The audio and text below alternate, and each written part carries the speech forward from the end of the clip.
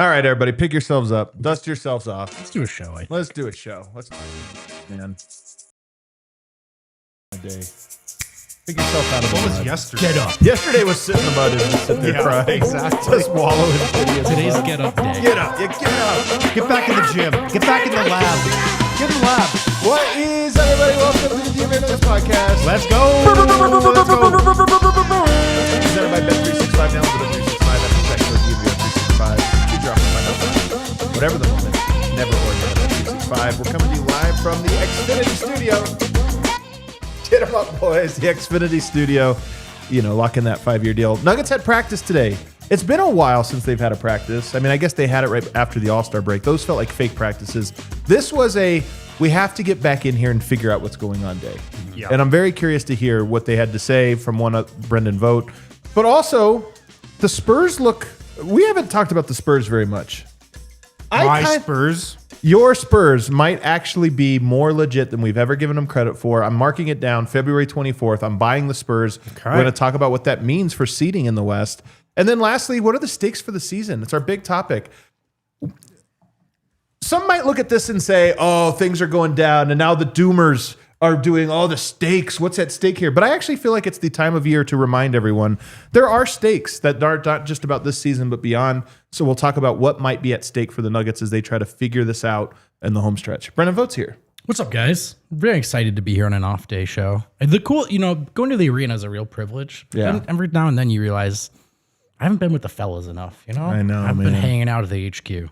Well, it's good to have you in here in the Xfinity Studio. That's Yeah. right. Over here, Harrison Wind.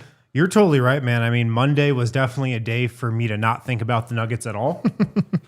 And today, I'm back. I might be back. You might be back. You thought about the Nuggets, just not the current Nuggets, because yesterday we had Chuck Williams here come to the bar for our event, for the Soul Power event.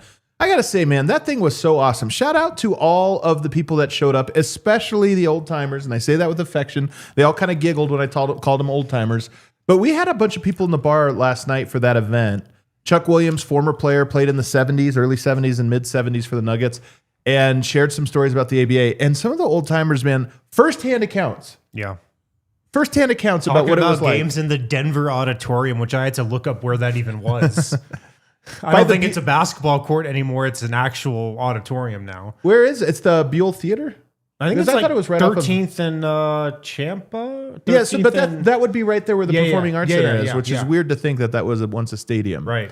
But no, it was awesome, man. I mean, a really great crowd. I think everybody that came had a really good time and enjoyed it. It was a great discussion that you guys had. And the documentary is awesome, too. I think it's a must watch. I do, too. If you're a Nuggets fan or just a basketball fan, it's appointment viewing. It's really well done. How old are you right now, Vogt? And I don't mean by age, but I really, truly believe that there's a point, and it happens somewhere in your 30s. It's different maybe for everyone, where history just becomes so much more fascinating. Mm-hmm. I almost feel like when you're young, you hate history because you just want to burn the world and start a new one. Yeah. And then you get to a certain age and you're like, I wonder what it was like, though, before my time. Not only that, it just there's context for everything that happens ever. The more history you know, you're like, oh, none of this is a surprise, or this happened because of that. No, I think once you turn, stereotypically, once you turn 30, and this might be gendered, correct me if I'm wrong, but like, especially with some of the World War history and stuff of course.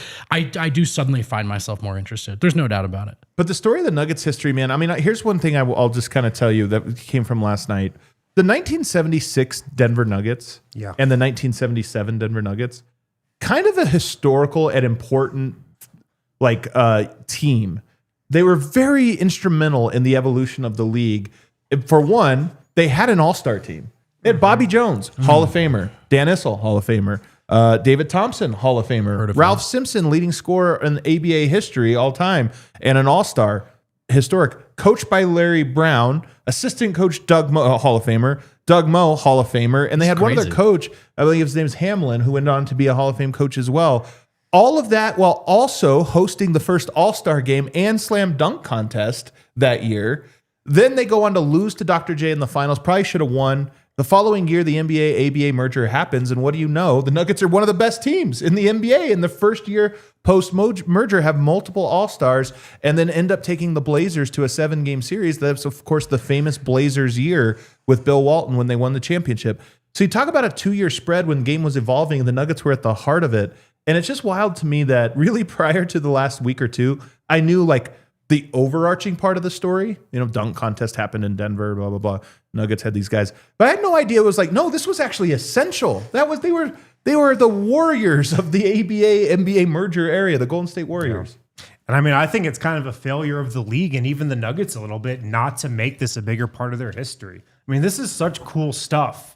We hear about all, the Lakers and Celtics championships of like those days in that era and the league back then. We never hear about the ABA stuff really. And I feel like, watching that episode last night and more of the documentary, it's honestly done people a disservice. It really has. And when you were talking about it gives context, it kind of is like if you get into Game of Thrones, and it's very easy to do, like all of the various ones. There's all these like, oh, you like that story? Well, what you should know is his grandfather actually started the rebellion. And there's all this context that could go back into that like made up universe. It really is how history works. But even when you think about the Nuggets were like a noble house of the ABA realm. They come over in the merger and had this incredible start, and there are ups and peaks and valleys and different things there. But I think the general thought is that the Nuggets are this like losing organization from start to finish. And the truth is they've had 2 really big eras of failure, that the 90s being one of them, that's where that reputation comes from. But if you went back to the 70s, you would say it's a prestige team and a prestige fan base and iconic and all these different things. And that's part of what has been so cool about getting into this history and meeting Chuck Williams. Well, and then you kind of flip it with the Warriors, that juxtaposition, who had their own long stretch as a laughing stock before now kind of rising to the cream of the crop. So that stuff is all fluid. But yeah, I mean, I think the idea that the Nuggets had a bigger cultural footprint, because as an outsider, to me, before Jokic, it was the Melo era got to me. Yeah. But outside of that, you just kind of think of the Nuggets as basketball limbo from the East Coast. But what you're hinting on here is the truth about how NBA history is told, and I think it's why the sport is like struggling right now just to grow in popularity like some of the others, is the Nuggets do feel like 5 different teams. You have the ABA Nuggets, then you have the 80s Nuggets, then you have the 90s, which sucked. Then you have the Carmelo Nuggets, and now you have the Jokic Nuggets. And it's like, yeah, but that's all the same team.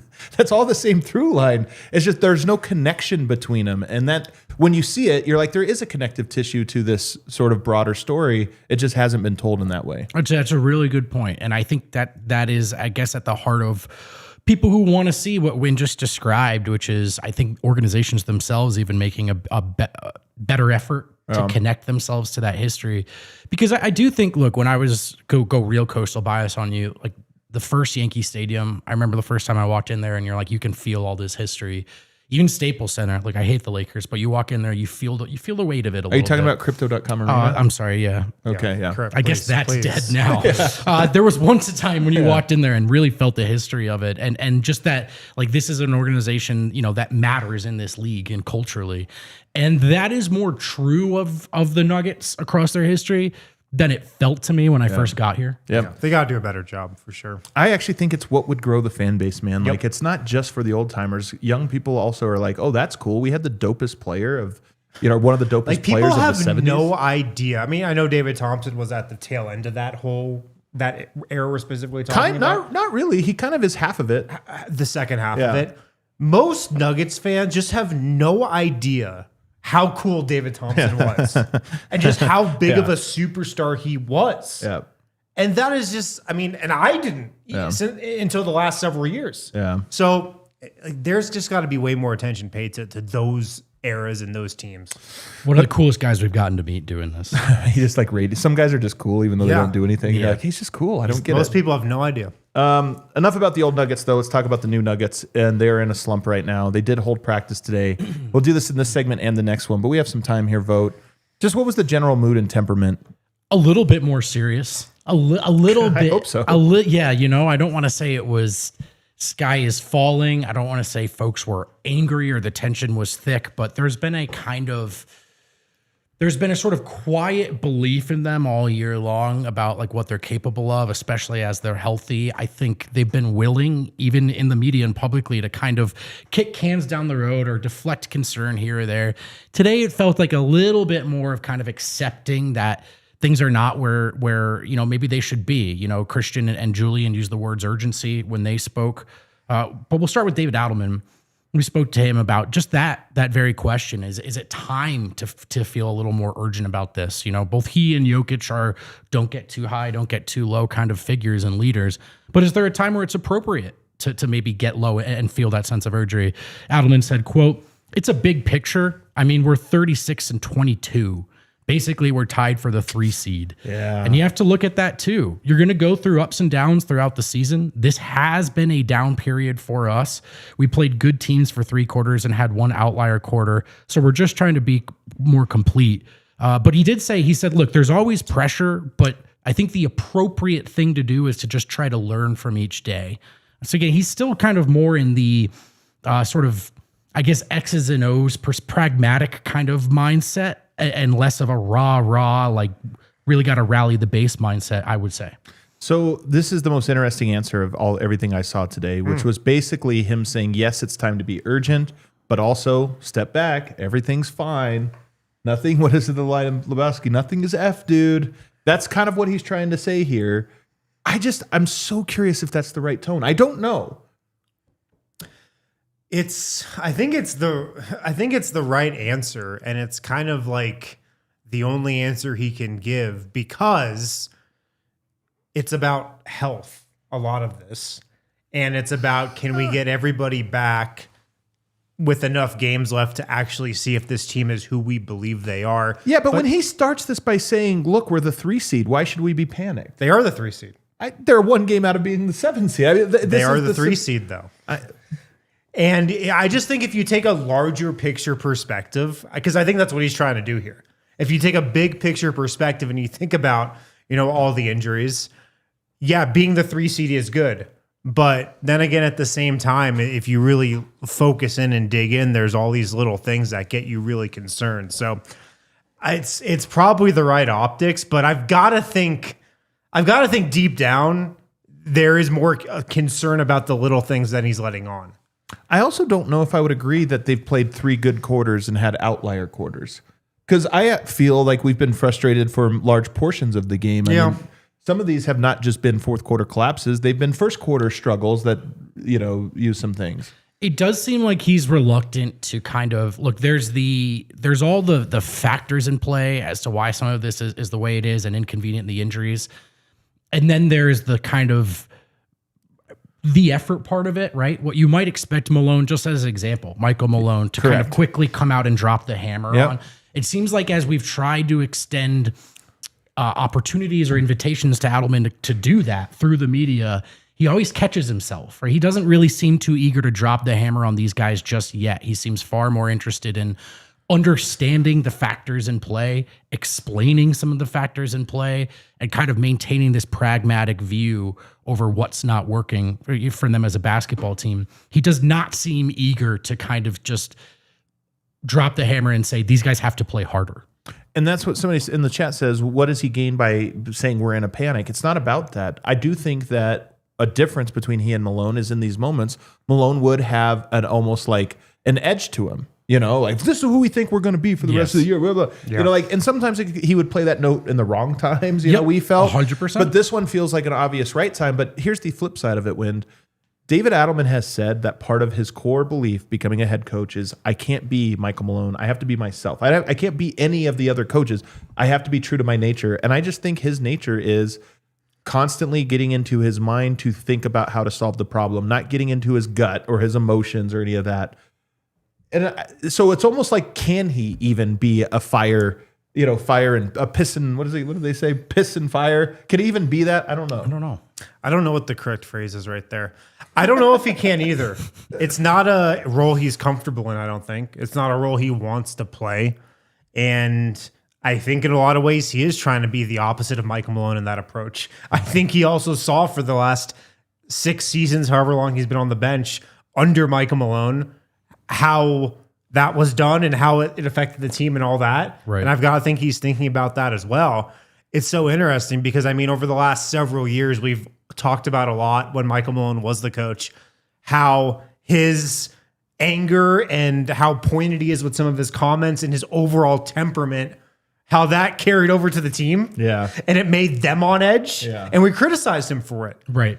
But there are little points and little moments when that can be effective and when the team might just need it. Yeah. And maybe this is one of those right now. I found that fascinating, even less so than having an idea of who's right and who's wrong to do what when. Yeah. Just that juxtaposition is really interesting to me, especially at this point in the season. Yeah. We got to take a first break, though. On the other side, a lot more from practice that we want to go over. Can I sit in your seat for the... Switch me real quick. Denver's best roofers are on DNVR's team, our team. They can be on yours too. Go with the pros at Red Hawk Roofing. Get your roof checked once a year. It's preventative medicine for the home you pour your life into. Make sure you're covered with our good friends at Red Hawk Roofing. There's no project too small for those guys. And that's how that relationship could start. You bring them in for something small. They do a great job. They earn your trust. And goodness forbid, should you need bigger work on the roof of your home or business, you know exactly who to call. You call Red Hawk Roofing. And their quality materials, decades of experience, quick response time. They're Colorado's best estimators and contractors. All of these reasons are why they're the go-to. They're the pros. Go with the pros. Supporting your local teams means also supporting local businesses like Red Hawk Roofing. If you're looking for a new roof over your home or business, be sure to check out Red Hawk Roofing at redhawkroofing.com or call 720-771-8921. Tell them DNVR sent you. And how about New Built, which, look, athletes know all about life is about maintenance, right? It's about maintaining your body and not ignoring all the little signs that something's going wrong, something needs some work done. The same is true with your home, and that's where New Built Restoration and Construction comes in. They are licensed general contractors who can help you with any project, big or small. They're available 24/7, and they really care about being there for you, the customer. They have over 600 reviews that prove that to be true. They'll work with your insurance to make sure this stressful process is as smooth as possible. They offer repair services like fire damage, water damage, mold removal. They do commercial projects as well. They're true DNVR fans, and we're excited to support their business as well. When that home emergency hits, New Built Restoration and Construction will be there at nubilt.com or call 720-902-7472. Let them know DNVR sent you.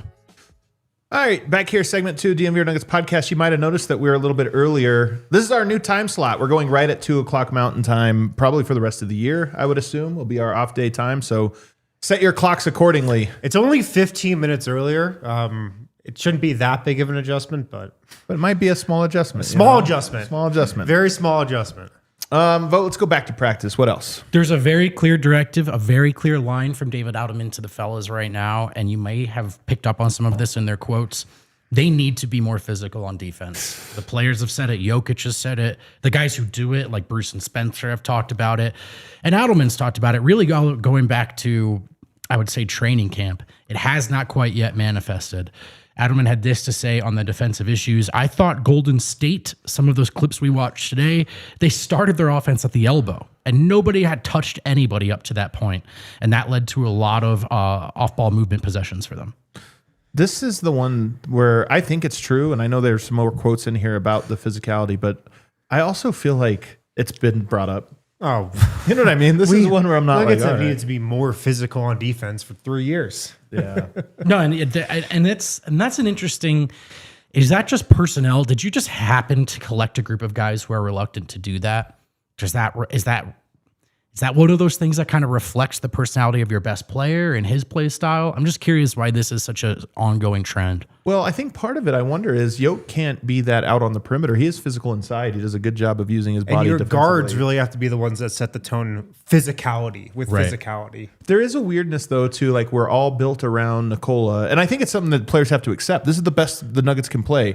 You play around Nikola, and then on defense, we have to get physical. He probably won't be on the perimeter. He'll play up and soft drop and stuff, but we have to be really physical. And again, you just have to accept it. I mean, he makes your life easy, but I do wonder if there's a little bit of that. If they don't play like Boston does or OKC, where all 5 guys get to be on the perimeter being physical. Yep. Yeah, I think it just has a lot to do with the identity of this team. Like the Nuggets just are not a defensive team. They're an offensive first team, and they always have been and always will be probably with the Murray Jokic core. Some teams are just like the Thunder are first and foremost a defensive team. The Pistons, first and foremost a defensive team. I just feel like that's ingrained in a team very early on, and the Nuggets are just an offensive team. They've got to work extra hard to be better defensively. Yeah, and it's your starting point guard and your starting center who are more offensively inclined than defense. And that's the makeup, that's the core of this team. That's the identity of this team. Which you can also go all the way and win a dominant championship with. But Absolutely. It takes the other guys embracing, a lot of what Adam was just talking about. KCP, Bruce Brown, Aaron Gordon, these guys don't mind any of that. They're pros. You do need to get everybody, like Christian Brown even, I can call him out a little bit. Your role is not getting the fast breaks and the slips. Like that part is the secondary role. The first one is you have to be super physical every time. And I do think Denver has a couple guys. Peyton Watson probably fits into this category. Tim Hardaway Jr., maybe even Cam Johnson, where it's like, but you have to bring all that stuff. Totally. And I think that's a good point real quick, though. They have, I think, enough of these guys to be a physical defense. Bruce, Aaron Gordon, Peyton Watson, Christian Brown. Spencer. That's 5 of your top 7. Yeah, I think that's enough. The thing is, like you said, Adam, that has to be like their first focus almost. Right. And it's just not right now. Right. And then for Peyton, when he comes back and you're fully healthy, can that be his point of emphasis again and not being a second option as much as he was? And it's not a pretty or a sexy thing for it to be your first focus. Right. Scoring points is a lot more fun. Getting out on the fast break for a dunk off a Jokic pass is a lot more fun than being physical on defense. But that has to be the priority for those guys. Right.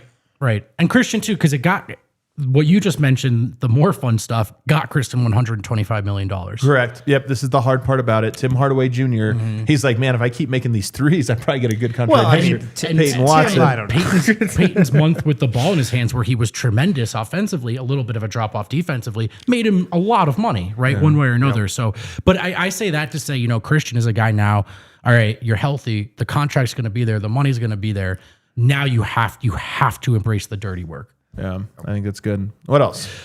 On health, he says, my hope is that we get the full group back 20 games to go. He was asked how many games do we have to go right now? Hold on a second. Let me do the math here. So they have 24 games to go. Okay, so AG and Peyton Watson back in the next 4 games. There's no way he doesn't know the math here, right? He didn't just throw this from the hip. He was asked, all right, let's go. He was asked how realistic that was. He had a smirk on his face. He says, I guess I'm putting some pressure on guys if I say that. But he would like to have everyone back with 20 games. I mean, look, that kind of sounds right for Aaron. We say 4-game window there, who really quickly will do that. Aaron and Peyton were able to come in and play with some of the coaches yesterday, and there was contact in that environment. In practice today, Aaron didn't go through the contact stuff with the rest of the team. He did everything else. So he's done a little contact. Sounds like he and Peyton were able to come in and do some contact work with the coaching staff. Well, that's significant. Yep. And then Peyton Aaron was fully dressed today and went through practice. Not 100% of it, but a lot of it. Makes me think he's not coming back tomorrow. I thought there was a good chance he would. I think probably eyeballed it and was looking for it. We'll see what happens. But the fact that he didn't do contact today makes me think, I don't think you'd go from no contact to playing. I don't think so either. We've seen crazier things, though. We'll wait and see what happens. He's gonna come back for the Thunder? Or after that, the Timberwolves, Or the Timberwolves. It's like a 3 in a row, man. Heavy hitters. I do think him not going on that road trip, Peyton Watson didn't go on that road trip either, correct? Correct. I think that is a sign to me, again, doing this for all these years, seeing guys come back from injury and stuff, that is a sign to me that they're close. You're either really far or really close when you're pulling that move. Yes. Yeah, I think that's right. Also, more on the health. He said, I promise you when everybody gets back, there's going to be a growth period during that point too. And we have to be patient with it. That's the 15 to 20 game stretch. I kind of feel like it's part of what's happening. It's part of what's happening now too. Is they made this. Jokic was out so long, and so many guys were out so long. They made this wholesale kind of identity shift, And then you get Jokic back, which is the best thing that could happen to you as a team. But in the meantime, there's a little bit of a sort of I don't even want to say reintegration of Jokic. It's everyone else kind of rebuilding that identity around him. And to Adelman's point, when more guys come back, are you doing that all over again? Probably yes. And that's, look, that is part of, in my opinion, guys, of what's going on with some of their persistent issues this year is it's just been musical chairs as far as who's starting or who's closing on any given night and who they have to be to win any given game. Let's talk about the clutch because David Adelman talked about it. He was asked about it. He said, I think we're trying to maintain who we are playing the two-man game, but without the things that matter behind it, which I thought was really well framed. Mm-hmm. This is exactly what we were talking about. He must have listened to the show. Yeah. Exactly what we've been talking about. Sorry. What are you doing? It's all good, man. What are you watching? Do you want to share that with the class? You just on TikTok Can we right read now? your note out loud? I'm just scrolling the I've top? got a text from a source. It was a music video. That was such a good, so good lie. I'm actually going to start doing that for everything. Music video for some reason. I don't know. Weird text. So yes, as we've been saying on the show, he said if we play the two-man game with Aaron Gordon, it's a very different rotation for teams. Not to mention having corner shooters as well. So look, that's part of it, at least offensively, Adelman feels, is that sort of their identity, their spacing. Like it's all a bit different without Aaron Gordon. And so like the two-man game, this is me talking now. We call it the two-man game. There's more than two guys involved. You know what I mean? Yeah. Who the other three guys matter a lot. And right now, at times, it's like Bruce Brown in the dunker spot, and respect to Bruce, but that's not the same as Aaron Gordon. And so Adelman clearly feels like that's playing some role in the offensive identity or lack thereof. The only thing I'll say to that is I read the quote, and I'm curious what you thought seeing it. It seemed to me less like a solution and more like identifying the problem. Because what I wonder if it's we have to change up now how we run that with the others, or if it's we don't have the guys to execute it right now, so we're kind of screwed. It sounded a bit more like we need Aaron back. Like we need Aaron back. I think offensively that's kind of true. He did eventually say defensively they have to be more solid no matter who is playing, which was, kind of what I was talking about at the beginning of the show. Expected to hear really more quotes like that today. We did get a little bit of it, that they've just got to be better defensively. But yeah, there was more. Some might call it excuse making. Some might say explaining the details of why this isn't working. But you're right. It sounded less like, and we have a plan for that, and more like our plan is, let's hope we get healthy. Well, I think one of the other things that's happening, and I'll just go to a Christian Brown quote from today where he was asked about the clutch and the execution in the clutch, and he said, we got to hold our spots. Yes. I think this team kind of heated us up, sped us up a little bit, and we got to get to our spots early and make sure we hold our spots and take care of the ball. Now, what's interesting about this to me is both being more physical and holding your spots are the same thing. Yep. One of them is about generating physicality, push them off their spots. And the other one is about not getting pushed off your spots. So I actually think the Nuggets' core problem is sort of being revealed here, which is that they are a finesse team. They've had these injuries, and they're approaching the games like building a model plane. Like, okay, we go here and we do this or that. But the real thing is that every inch of the floor is a battle. And the Nuggets have to go into those periods of every little thing. Every possession has 20 battles that get fought. Do I get to hold my spot on the elbow? Do I get the ball up in time to get into the office? Do I cut hard enough? Do all of those things? And I think that is what Denver is struggling with right now. They're losing that battle on both ends. I don't know if any of those involve Aaron Gordon, though. Other than that, he's really good at doling out physicality. Yeah. I mean, and a hard guy to push off his spot. A hard guy to push, Yeah, but like if he's in the dunker, he's the last part of that. I mean, I'm kind of just picking out a point, but yeah, it's interesting, man. I mean, I think the Nuggets need to throw in some counters for their clutch time offense for sure at this point. There has to be some adjustment that happens. I don't think you can expect necessarily Aaron Gordon to come back and, okay, boom, we're the best team in the clutch again.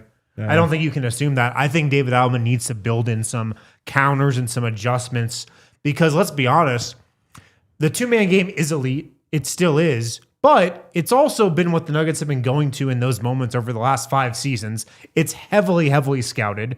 Everybody knows what's coming. Everybody has a plan against it now. I still think they have the talent and just the chemistry and the personnel to overcome that. It can still be their go-to. But there's still got to be some counters and stuff worked in to making sure we have more than just one option here. And some of it, I agree with you. And then some of it is the execution within that one option, which is some of what Christian's talking about. I think between guys getting kind of pushed off their spots or guys literally not knowing where they should be. And there are moments where, like, there was a moment in the last crunch time where I think Murray was late to something because he was trying to explain to Cam where he should be, right? Like, well, that's unacceptable. Well, Cam's a new piece. Cam's missed a lot of the year. They are closing with different lineups. So I think between having different personnel in there and then some of what Christian's talking about, they're a half beat behind everything. So some of this Jokic Murray stuff that's worked so well over the years, that's relying on this timing. The timing is off even. So I agree with you, but even within what they're trying to do now, I think they could execute it better. Guys not being in their spots, that's really disheartening. How hard is it to go stand in the corner? Well, it's hard when teams are getting physical, and I think this is part of like CB's turnover last game is guy gets into you get a little physical, you get knocked off your spot, then you throw a half-assed pass to Jamal, gets picked off. And it's like, yeah, you lost the battle, so you got pushed out of your spot, then you thought you had an angle to do this, but he pushed Jamal off his spot. And I think it's a lot of that. I actually do. I actually think a lot of this is you can still execute it. They're not even getting a chance to because they're getting pushed and dictated. They're not dictating. They're being dictated to in the clutch, and they have to get tougher. And everything's slower in this chain reaction behind that. If the Warriors are doing that to you, that's a huge problem. I agree. This group of Warriors, they're like the bench Warriors. Well, like with Draymond Green, right? Yeah, exactly. All the fizz and Jimmy Butler. You know how he is. Yeah. No, totally. And that's to say, like, Pajemski. and exactly. That's why these are. Pajemski was just too physical, man. Yeah. Guys, he got me off my spot. And honestly, Nuggets should be a little embarrassed. All right, let's take a break. On the other side, though, let's turn the page. There's one last quote I want to get to from Adelman, and it's about what we're up against. A litmus test, a 3-game litmus test for the Nuggets right around the corner. Bet365, where it's never ordinary unless you're hanging out on our pregame show. We ordinarily hand out some pregame picks thanks to our guy Superstar Deb. You can play along when you download the Bet365 app and use code DNVR365. Of course, please do play responsibly. It is Tuesday, which means the NBA Tip-Off Tuesday offer is available. See for yourself. With that Tip-Off Tuesday offer, place a qualifying same-game parlay bet with this safety net bet feature on Tuesday NBA games. Get up to $10 in bonus bets if that bet loses. Terms and conditions apply. Download that app. Use code DNVR365 when you sign up. When you do, new customers now get $200 in bonus bets.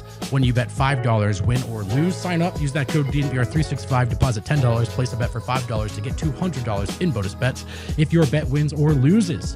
Bonus bets can be used on the spread, totals, player props, futures, and more, whatever the moment. Again, it's never ordinary at Bet365. You have to be 21 or older and physically located in Colorado.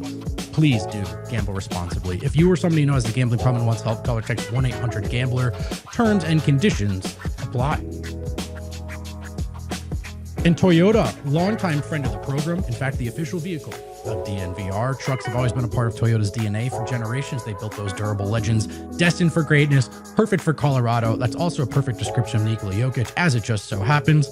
It's also apt for their trucks as well. Whether you're conquering off-road trails or hauling the weight of the world, there's a Toyota truck that's just right for you, like the all-new 2025 Tacoma and the return of the iconic 2025 Land Cruiser. If you're looking to lower your footprint, your carbon footprint, there are 16 different hybrid vehicles to choose from, like that Tundra iForce Max hybrid truck. Visit your Front Range Toyota stores at a location near you. There's AutoNation Toyota Arapahoe in Centennial, Corwin Toyota in Boulder, Groove Toyota in Littleton, Mountain States Toyota in Denver, Stevenson Toyota East in Aurora, and Stevenson Toyota West in Lakewood. Toyota is a proud partner of the Denver Nuggets and the official vehicle of DNVR. Let's go places. It would have been the funniest one. What's up, everybody? Welcome back. Segment 3, DNVR Nuggets podcast. I'm going to give you the last note here from practice that I found to be compelling, and it was on the next 3 games. Those games are, of course, the Boston Celtics, who are wrapping up a 5-game road trip, resting Jaylen Brown tonight on the front end of a back-to-back. This makes me sad. Presumably to be healthy for the game against Denver. Smart. Maybe smart. Maybe you can pick up both of those. Then you get the Oklahoma City Thunder, another measuring stick game, and then you get the Minnesota Timberwolves. David Adelman said of these 3 games, it's a great litmus test for where we're at. Damn right. The physicality of all 3 of these games will be high level. It's so true. Boston gets into you, man. Oklahoma City more so than anyone in the league. And then Minnesota more so against Denver than any team in the league. It's going to be 3 that really test the one thing Denver needs most. Maybe that's a good thing. Maybe it's good that you don't have to ease into it with a medium team. It's like, nope, we have 3 in a row that will humiliate you if you're not ready to hold your spots and get physical. Yeah. I'm hoping it's a good thing. I'm excited for a measuring stick game. It might not be the best time for it, but I feel like The Nuggets and me personally just kind of need one to like really know where this team is at right now. That road trip was really interesting, but they kind of just played 3 teams that are all around the play-in. Yeah. Portland, Clippers, and Warriors. Now they went 1-2. It was really disappointing. Played down to their competition. But I want to see what this team looks like against an elite team, and we get to see that right now. We just spent the last 20 minutes talking about physicality.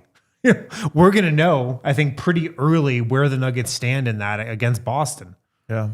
I think 3 straight wins against these 3 teams wash out everything of the last 6 weeks. Agreed. It's a complete reset if you go 3-0. If you maybe even if you go 2-1, especially if those 2 are OKC and Minnesota. If it's like, hey, these are the teams we're worried about, but we know we could, the Nuggets can beat them. To me, probably the exact same thing. You go 1-1 against those 2 or 1-2, whatever. Who knows? Who knows how it feels? We'll have to see how it plays out. But it is a chance for Denver to completely reset the season if you just get your best wins of the season in a row right here. That's the two-sided nature of this sword, of having this stretch of a schedule is, man, it's a bear. It can also undo a lot of what has stressed so many people out over the last few weeks, for sure. Inspire confidence, get them rolling, allowed them to see what makes them so good and what allows them to win and beat the other best teams. And then just, here's the other thing. Like, if they win tomorrow, it's an if. My Red Hawk Roofing big takeaway, I'll tell you right now, will be classic Nuggets to treat those 3 games out of the break the way they did, and then turn around and play responsible basketball against the teams that they need to be competitive with. I'm not saying that's what we're going to see, but if we do, wouldn't that also kind of fall in line with part of this team's identity and how they do things?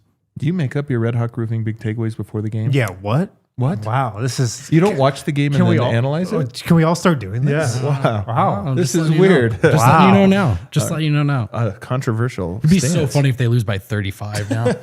Well, what's your big takeaway? What would be even funnier if you still went with that same Red Hawk takeaway? I hate to be the one to bring this to our attention, but I have to take a mea culpa. I was wrong about a team. I was wrong about the Spurs. Whew, they are 41-16. They've won 9 games in a row, and they are dominating even good teams in the NBA right now. Last night, it was the Pistons' turn to get completely shut down, 114-103. You look at Cade Cunningham, who's been so steady, no matter what defense you throw at him. MVP of the league. He's so strong. A serious MVP candidate. He had 16 points on 5 of 26 shooting. Wow. Stephon Castle, man. They officially, to me, I have to give them respect. I think they're a tier 1 contender right there with Oklahoma City. And they're only 2 games back right now of Oklahoma City. And it made me think, this whole time in my head, I keep thinking, you got to be a top 3 seed because you have to avoid Oklahoma City. And it would be such a shame if Denver had them in the second round. But I'm kind of looking at it, and if you told me right now, San Antonio versus Oklahoma City, I think Oklahoma City is only slightly more challenging than San Antonio. We haven't seen them play a whole lot. We'll see them at the very end of the year, them go against each other. But at least is how I'm looking at it right now. I'm like, yeah, you're a 3 seed, which at the moment is the best Denver can do. I don't know if they can do a 2 seed anymore. They're 6 games back. That's probably too much. But if you're a 3 seed and you have San Antonio in the second round, I'm like, yeah, that's still a 10 out of 10 challenge. Absolutely, man. I mean, the Thunder bring so many challenges to the table. The SGA factor, their physicality on defense, how deep they are, how well coached and just locked into this system they are. The Spurs bring so many different challenges where they have all these guards and ball handlers that are so quick that can get into the lane against anybody. That's a type of player Denver's just really struggled to guard over the years. And the Nuggets have like 3, or the Spurs have 3 of them in Fox, Castle, and Harper that can all do that at a really high level. Like, oh yeah. And then you just have Wembanyama and that factor and how just his presence alone can wreck any defensive game plan. With how the Nuggets played the Thunder last year in the playoffs, I'm almost wondering if I'm kind of with you. Like, I'm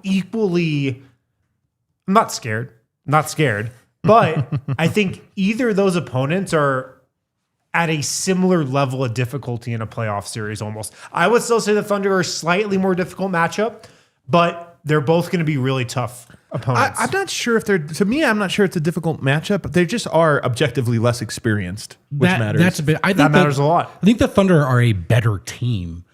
I don't know if they're a worse matchup for Denver than the Spurs. I'd much rather play the Spurs. Let me actually. I would much rather play the Spurs. Yeah. I would much rather play the Spurs. But they're still both really tough. But I guess the point is, I mean, there are some matchup things about the Thunder that's tough for Denver. I just like being there on the ground and covering that series. It just didn't feel like the Nuggets were mentally overwhelmed by playing those guys at all. All the same, I digress about the Spurs.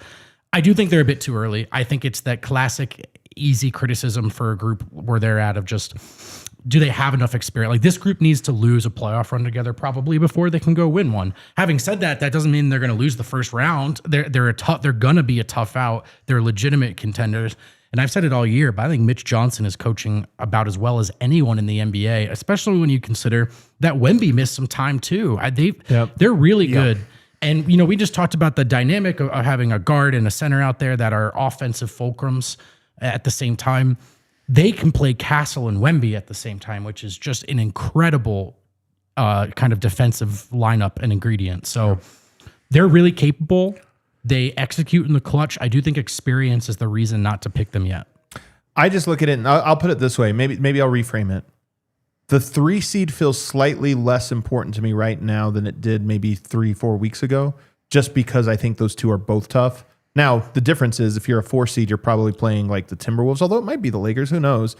But I just don't know that I think it's that big of a deal. Like Denver's health is so much more above that, and them playing the right way at the right moment is so much more above whether they're the 3 or the 4 seed. And I just don't know if I would have thought that before. I think before I would have been like, you got to be a top 3 seed or else I'm not going to buy it. Yeah. I think it makes it slightly less important too. Yeah.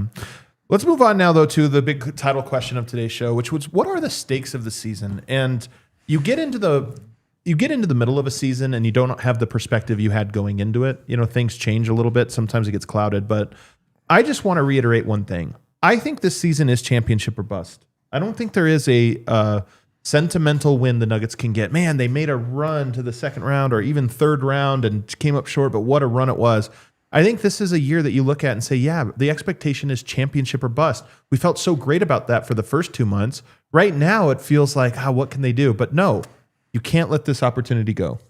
No, they have to. They have to. Whatever was left of I guess we can settle for that outcome already happened last year. You thought this whole house of cards was collapsing. The core really fought to sort of preserve itself. That's great. That's fine. You have to win now. Especially after the offseason you had. This is, on paper, when healthy, the best and deepest roster in the Jokic era. And just more to the point, like it's time, it just always works faster than we think. And the Jokic's prime, there's only so much of it left. That's not to say the end is imminent, but it's on the horizon. And I think you've already missed a couple of years you probably could have gone out and won, whether it was injuries, your own sort of shortcomings or what have you. It is title or bust. But I think even more than that, because I think we can all agree that it's like, he's got to win a championship now. But a first round exit or even a 5 through 8 seed, if you fall to that, I actually think would be grounds for the Nuggets to have to make big decisions. Meaning right now, I think the Nuggets' future feels somewhat certain. We kind of know there's some pieces, P-Watt, Cam, and what happened? What vets do they bring in? If you lose in the first round and you have a 5 through 8 season, I actually think you have to step back and say, are we doing this the right way? And that's not a question we've really had for the Nuggets. I mean, we've all been thinking about the margins. You lose in the first round, I actually think this is maybe it's not about margins anymore. Totally. A first round loss? If the Nuggets, everything's on the table. Yeah, for sure. A first round loss, if you're a team like the Nuggets with Nikola Jokic, you have to think about everything. You do have to think about, are we doing everything right in terms of roster construction and philosophy and all of this? Like that would be grounds for a lot of overhaul, I would think. If you end up losing even in the second round, say the Nuggets play the Spurs in the second round and you lose, I think similar conversation. There might be less panic. Because when I say big decisions, I think you obviously look at coaching. You obviously look at, Cam Johnson, but I think you even look beyond that and start to wonder about, AG and Jamal Murray and all of those things have to be on the table because you'd look at that and say, we were 3 rounds away from winning a championship. Anything's on the table. But I think that's even true if you go to the second round. If you go to the second round and you lose to a Spurs team, the Spurs don't feel like they're peaking. They feel like step 1. They feel like they're getting better. The Thunder don't look like they're peaking. They're getting better. If you lose to one of those teams, even in the second round, especially if it's not particularly close, and especially if you lose to one of them and they lose to somebody else, I think the Nuggets would still have to do some soul searching. I'm not saying they would trade a Jamal Murray or something like that, but I do think it would be a legitimate question to ask, is this the right formula still? I think so. Yeah. I think Aaron Gordon, that decision would probably be front and center in that conversation, especially with the season he's had, the last 2 regular seasons he's had, all the injuries there. Yeah. Yeah. Are you in the Milwaukee headspace too of just correct? This move could cost us long term. We don't have that luxury to wait. We make this move now, whatever it may be. Does that elevate the stakes for you, knowing that we come into it with this championship mentality, but there is like a flip side to that polar, which is championship or bust. But what does bust mean? Well, if you come up too short, bust might mean we just have to start over. And I'm not saying the rebuild. I'm saying start over as in the formula that won us the title is no longer the formula we believe in. Totally. This won't win again. Yeah, this won't win again. It feels like that's the stakes of this year. 100%. If you don't have a very strong showing, that might be the takeaway you have is this won't win again. I completely agree. I think if you fall short now, you just go between the injuries and the rest of the league. Has it passed us by? The NBA changes quick, man. It does. does. NBA changes very quick. The Nuggets won a championship in 2023. You know, that doesn't seem like that long ago, but there's been a lot of just changes in how teams play and how the best teams in this league play since then. Yes. You know, the Nuggets are, it's not like they're from another era, but they're still from 2023. The Thunder, the Spurs, and I'll even say the Pistons play much different than how the best teams in 2023 played. Yeah. Much different. And the Nuggets don't play like that. Totally. And with the moving away from the kind of big 3 sort of 2 teams in the league are better than everyone else kind of ecosystem, it's just, it's so hard to maintain like being an inner circle contender because it's so hard to project things 4 or 5 years down the line. I always laugh we do the Xfinity 5-year price guarantee. In the NBA 5 years, you like so much could be different, you know? And the way you played and the way you won may no longer be viable, and not just because of your personnel changes. So yes, Denver is at that kind of turning point, that potential reckoning. Even if they do win, there's still a little bit of like, what does this look like going forward? The Nuggets in 5 years have changed coaches and general managers twice. It's kind of crazy, right? Tim Connelly was around 5 years ago. Just shows you how quickly things can change. I'll also say that I think the Cronkies, man, I have no idea how much they care about this, but I actually think they have some pressure because I'm charitable to them in this one way. They've won with the Rams, they've won with the Avs, they've won with the Nuggets, and they did that over a 4-year period. That's really impressive to me. And for all of their shortcomings and failures, I say, you know, there's something that they understand. But there's another part of me that goes, Jokic is the greatest player I've ever watched, and you have 1 championship. Like, if you are the organization that can only help him be in a situation to win 1 and, you know, had all these shortcomings, to me, it goes to, like, I take away all of those accolades. I take away and say, yeah, I don't know how you did it. You somehow limited this to a 1 championship run. Yeah. So they even have this pressure on them as well to totally, because if they lose this year, Adelman looks like the cheap choice. John Wallace and Ben Tenzer look like the cheap choice. You know, getting rid of even not adding a different player, veteran player, something. All of that stuff starts to become, well, maybe they just were being cheap completely. I think there's pressure with David Adelman. I don't know that his future is guaranteed in Denver. Now, this is premature. I'm not saying he deserves to be fired or anything. I'm just trying to explain the stakes. I do think that he is not somebody that is committed to very long term. You look at it and say, the clock's ticking. Do we feel like this guy is here? So if they lose, I actually think Adelman will be in the crosshairs a little. Yeah. He'll probably shoulder a bunch of blame for sure. I mean, even if you look at this season, I think he was very good at the start. I think he stumbled a bit as of late, but absolutely.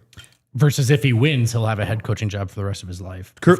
Also else. True. So yeah, absolutely. Oh, yeah. Look, I mean, might have to take a quick little 1-year stint at ESPN, but then he'll be back. But that's also the best job in the world. Well, I think when you start, you zoom in a couple of times. Kendrick Perkins. I mean, the paycheck's good. It's probably not as stressful as coaching, but probably not. Yeah.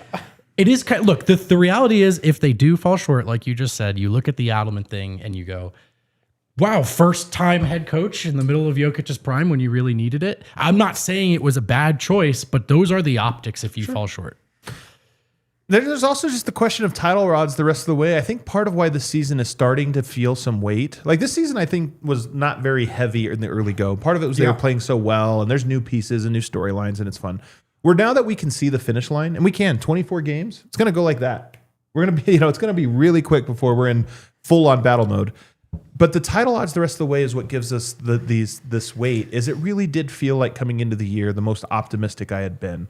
And I just don't know that I will be that optimistic every year of the next several. Yeah, in fact, I probably would doubt it. It's not to say they can't win it, but it does feel like, man, the table had never been set more fully than it was this year. And here we are halfway through it and they're starting to struggle. So to me, that's the other stakes is I just feel like it's not the last chance. It's just the best chance.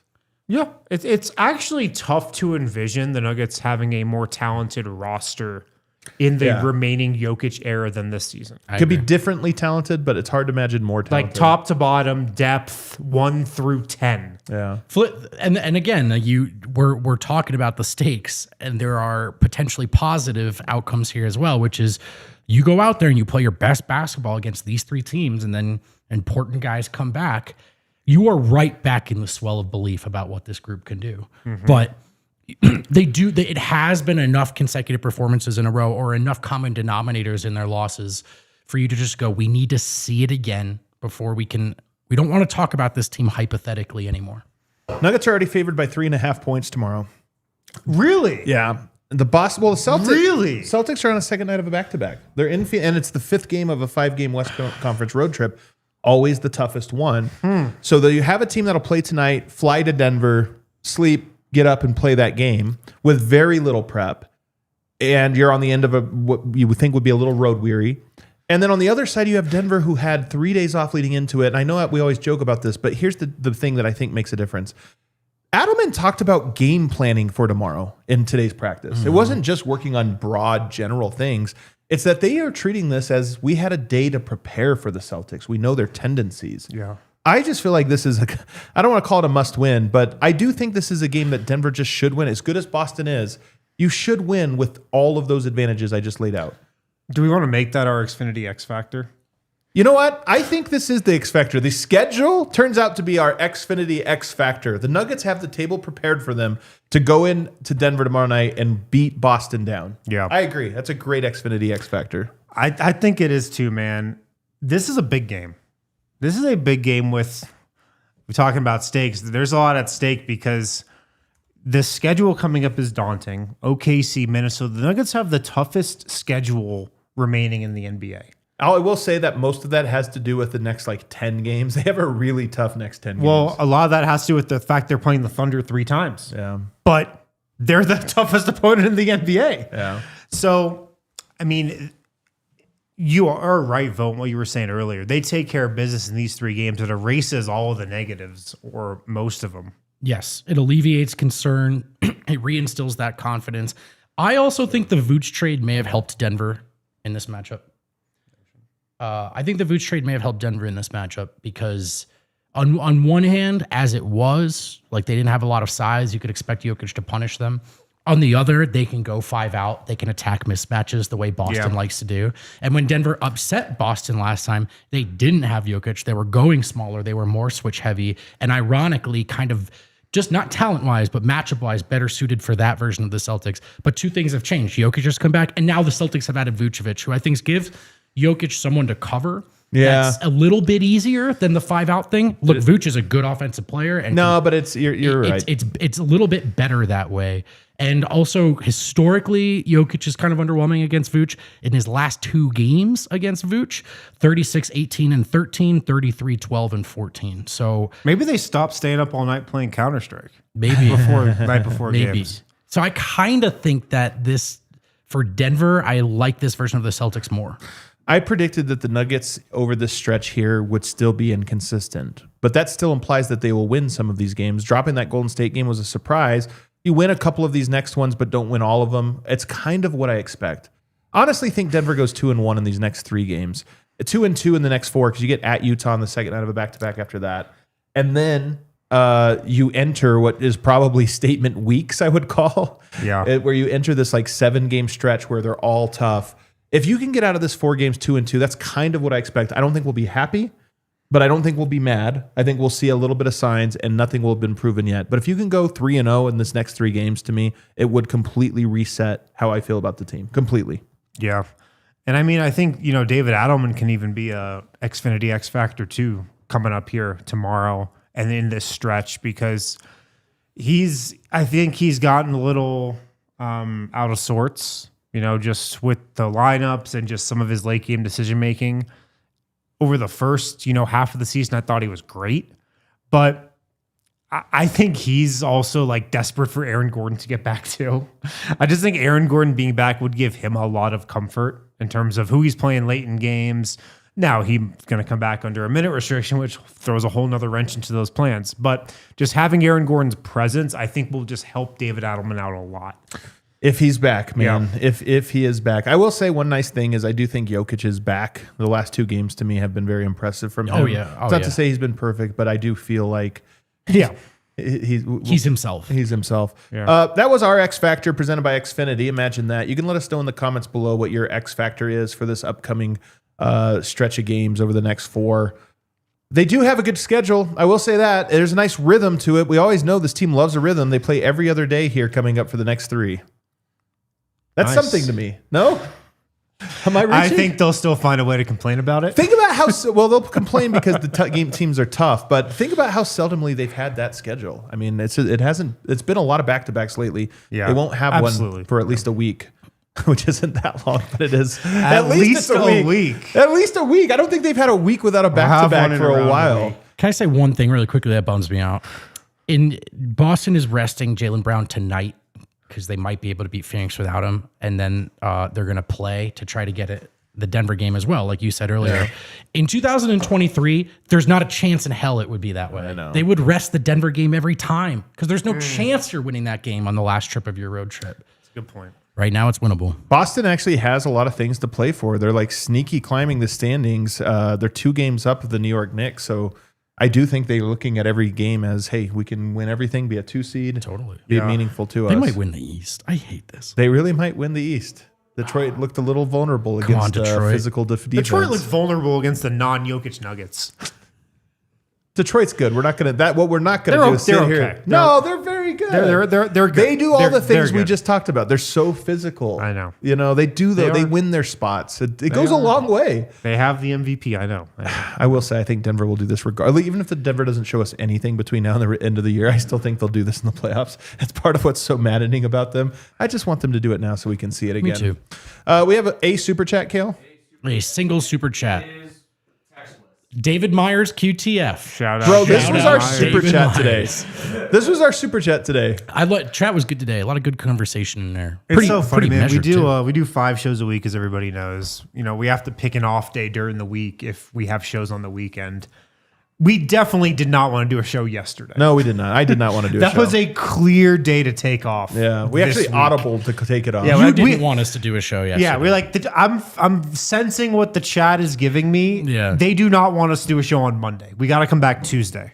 We have that outro music rolling there, Kale. Thanks, guys, for hanging out with us.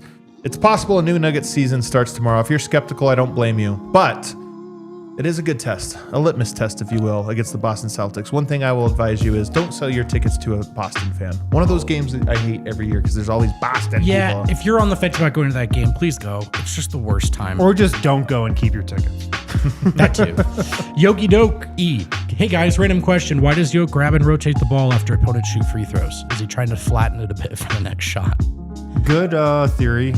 Don't think that's the case. He probably just wants to feel it in his hands. Sometimes people do that. I will maybe rub a little sweat on it. Yeah, that's more what you would do. Yeah. Who's the guy who rubbed it on his head? Yeah. Oh, so gross. Everybody hit the like button on the way out. See you tomorrow.